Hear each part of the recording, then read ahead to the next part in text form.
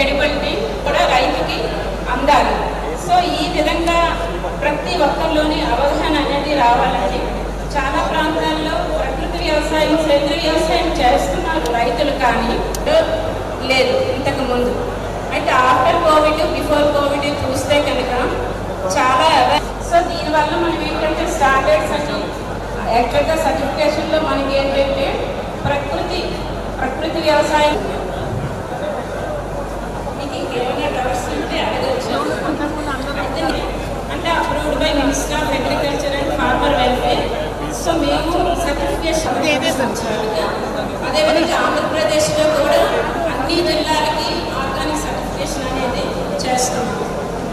Telangana MPOs అందరూ కూడా మీకు ఎవరైతే ఉన్నారో వాళ్ళందరూ కూడా దీన్ని అడాప్ట్ చేసుకొని వాళ్ళు ముందుకు తీసుకెళ్లే విధంగా ముందుకు వెళ్తే మంచిది. ఎందుకంటే మనకి గవర్నమెంట్ మనం సస్టైనబుల్ వేలో వెళ్ళాలి అంటే సర్టిఫికేషన్ ఏంటి, దీని ఇంపార్టెన్స్ ఏంటి, దీనివల్ల రైతులకు ఉపయోగం ఏంటి, అదే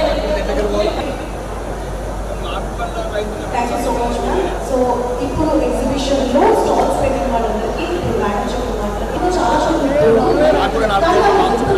నిజంగా ఆర్గానిక్ అనేది సో ఆర్గానిక్ సర్టిఫికేషన్ అనేది ఎంత ఇంపార్టెంటో ఆర్గానిక్ ప్రొడక్ట్స్ మార్కెట్లోకి ప్రజలకి చాలా మంచిగా పెట్టే అవకాశాలు ఉన్నాయి. ఎందుకంటే మనకి chance choice organic certification is very important.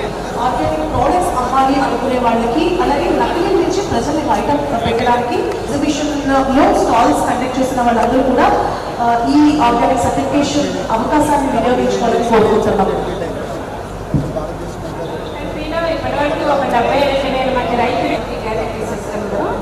So వాళ్ళందరూ కూడా ఏంటంటే ఈవెన్ ఇక్కడ కూడా చాలా మంది స్టాఫ్ ఏపీ నుంచి, శ్రీకాకుళం, విజయనగరం నుంచి కొన్ని స్టాఫ్స్ పెట్టారు కదా, వాళ్ళందరికీ కూడా మేమే సర్టిఫై చేస్తున్నాం. సో వాళ్ళకి సర్టిఫికేషన్ ఇచ్చే పంటకి మార్కెట్లో సరైన గిట్టుబాటు ధర, తర్వాత సరైన గుర్తింపు రావాలి అని